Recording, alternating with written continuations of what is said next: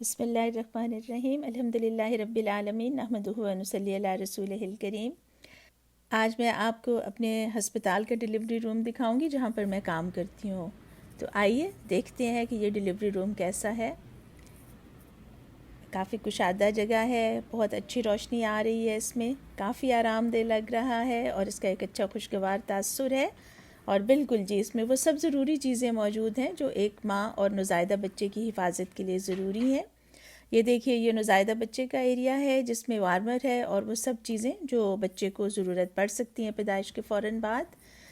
یہ delivery bed ہے جو کافی آرام دہ ہے، ہائیڈرولک ہے، اس کو مختلف پوزیشنز میں ایڈجسٹ کیا جا سکتا ہے تاکہ پیدائش کے دوران ماں اپنے آپ کو آرام دہ محسوس کرے۔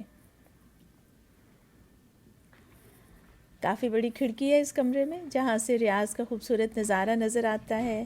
دن میں سورج کی روشنی، رات میں چاند کی روشنی، بارش، بادل، اور اگر آپ کچھ بھی نہ دیکھنا چاہیں تو پردے نیچے کیے جا سکتے ہیں۔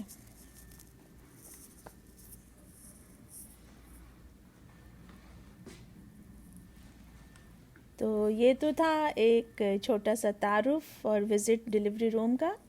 تو آئیے اب ہم اپنے آج کے ٹاپک کی طرف چلتے ہیں۔ ہمارا آج کا ٹاپک ایک سیریز کا حصہ ہے جو اس چینل پر دکھائی جائے گی اور اس کا نام ہے ووم ٹو ہارٹ۔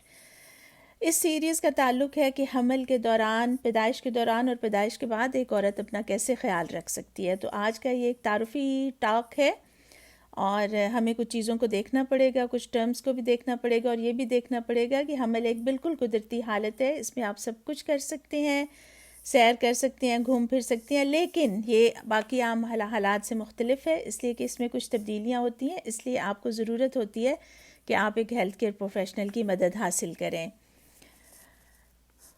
اور جو حمل کے دوران جو کیئر مہیا کی جاتی ہے اس کو پری نیٹل یا اینٹی نیٹل کیئر کہتے ہیں، اور اس کیئر کا مرکز کوئی اور نہیں بلکہ صرف ماں بننے والی خاتون ہوتی ہے۔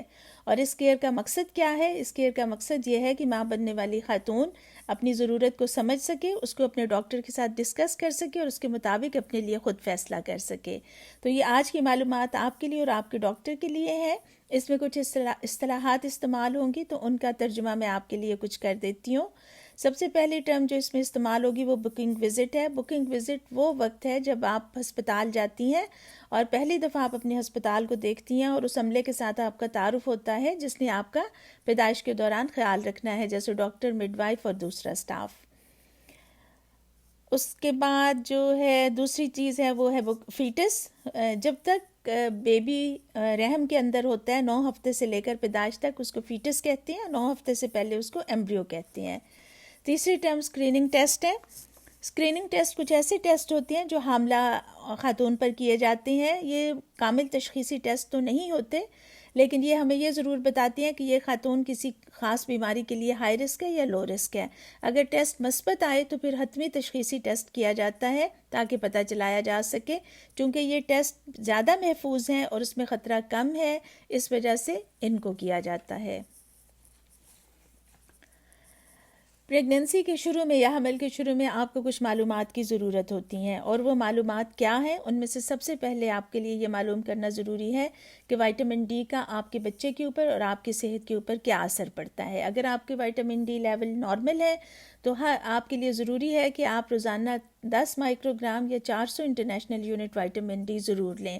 اگر آپ کا وائٹامن ڈی کا لیول کم ہے تو اس کے لیے پھر آپ کو زیادہ خوراک کی ضرورت ہوگی جو ہم آگے چل کر ڈسکس کریں گے۔ اس کے ساتھ یہ دیکھنا بھی ضروری ہے کہ کچھ خواتین ایسی ہیں جن میں وائٹامن ڈی کی کمی ہونے کے اثرات زیادہ ہو سکتے ہیں، اور وہ کون سی خواتین ہیں؟ ان میں وہ خواتین شامل ہیں جن کی جلد کا رنگ گہرا ہے، جیسے افریقہ سے تعلق رکھنے والی خواتین ہیں یا ساؤتھ ایشیا سے تعلق رکھنے والی خواتین ہیں۔ ہمارا بر صغیر اور مشرق وسطیٰ ساؤتھ ایشیا میں آتا ہے۔ اس طرح دوسرے نمبر پر اس میں وہ خواتین شامل ہیں جو گھر سے کم نکلتی ہیں اور زیادہ عرصہ ان کا گھر میں گزرتا ہے، یا وہ خواتین ہیں جو پردہ کرتی ہیں اور اپنے جسم اور اپنے چہرے کو کور کرتی ہیں، اور اس کی وجہ یہ ہے کہ ان تک سورج کی روشنی کم پہنچتی ہے۔ اس کے بعد دوسری چیز جس کے بارے میں معلومات حاصل کرنا بہت ضروری ہے وہ اسکریننگ ٹیسٹ ہیں۔ اسکریننگ ٹیسٹ کچھ خاص حالات ہوتی ہیں جن کے لیے کیے جاتی ہیں۔ ان میں سے پہلا اسکریننگ ٹیسٹ جو کیا جاتا ہے وہ خون سے متعلق ہوتا ہے۔ جس میں ایک تو ہم یہ دیکھتے ہیں کہ جو حاملہ خاتون ہے اس کے اندر خون کی کمی تو نہیں ہے. اگر خون کی کمی ہے تو یہ بچی اور ماں کی صحت کے اوپر اثر انداز ہو سکتی ہے، اس لیے اس کو جتنی جلدی ہو سکے حل کر لینا چاہیے، اور سب سے بہتر یہ ہے کہ 10 ہفتے سے پہلے اس کا کوئی حل کیا جا سکے. دوسری صورت جس کے لیے ہم اسکریننگ کرتے ہیں ان کو ہیموگلوبینوپیتھیز کہتے ہیں. اس میں 2 طرح کی ہیموگلوبینوپیتھیز ہیں، ایک سکل سیل ڈیزیز ہے اور دوسری تھیلیسیمیا ہے. اگر تو حاملہ خاتون کا تعلق لو رسک گروپ سے ہے تو اس کو 2 طرح سے ہم اس کی اسکریننگ کرتے ہیں. ایک تو ہسٹری کے ذریعے سے اور دوسرا کچھ کویسچن کیے جاتے ہیں یا سوالات کیے جاتے ہیں.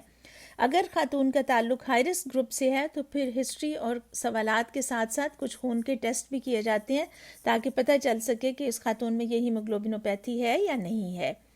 دوسری کنڈیشن جس کے لیے اسکریننگ کی جاتی ہے وہ فیٹس کی ایب نارمیلٹیز ہیں یا پیدائشی نقائص ہیں، جن میں سے ایک بہت کامن ہے جس کو ڈاؤن سنڈروم کہتے ہیں. اگر 700 بچے پیدا ہوتے ہیں ان میں سے ایک بچے کو ڈاؤن سنڈروم ہو سکتی ہے. اس کی تشخیص کے لیے 2 طریقہ کار اختیار کیے جاتے ہیں. اگر تو حاملہ خاتون حمل کے شروع میں 13 ہفتے اور 4 دن سے پہلے ڈاکٹر کے پاس آ جاتی ہے اور وہ جو ٹیسٹ کرانا چاہتی ہے تو اس کے لیے کمبائنڈ ٹیسٹ کیا جاتا ہے. کمبائنڈ ٹیسٹ کا مطلب ہے ایک الٹرا ساؤنڈ جس میں نکل ٹرانسلوسنسی ناپی جاتی ہے. نکل ٹرانسلوسنسی فیٹس کی گردن کے پیچھے جمع ہونے والے پانی کے ناپنے کو کہتے ہیں، اور اس کی مقدار ایک خاص جو ہے میئرمنٹ سے کم ہونی ضروری ہے. دوسرا ٹیسٹ جو ہے وہ خون کا ٹیسٹ ہے جس میں بیٹا ایچ سی جی جو کہ حمل کا ہارمون ہے اور پیپ اے یا پریگننسی ایسوسیٹڈ پلازما پروٹین اے ہے، ان دونوں ٹیسٹوں کو کیا جاتا ہے. اگر کوئی حاملہ خاتون شروع میں نہیں آ سکی اور وہ کچھ دیر کے بعد ہاسپٹل پہنچی ہے تو پھر دوسرا ٹیسٹ جو ہے وہ 15 سے 20 ہفتے کے درمیان کیا جاتا ہے، اور یہ سیرم ٹیسٹ ہوتے ہیں، یعنی یہ خون پر کیے جاتے ہیں، اور یہ اس پہ ڈیپینڈ کرتا ہے کہ اس میں 3 ٹیسٹ کیے جائیں گے یا 4 ٹیسٹ کیے جائیں گے، اور اس کے مطابق پھر یہ دیکھا جاتا ہے کہ یہ خاتون اور اس کا بیبی جو ہے وہ ڈاؤن سنڈروم کے لیے ہائی رسک ہیں یا لو رسک ہیں. تیسری چیز جس کے لیے اسکریننگ کی جاتی ہے وہ کچھ عام حالات ہیں جو کہ حمل کے تغیرات کی وجہ سے ہو سکتے ہیں، اور ان میں سے ایک بڑی اہم چیز جو ہے وہ حمل کے دوران ہونے والی ذیابیطس یا شوگر ہے.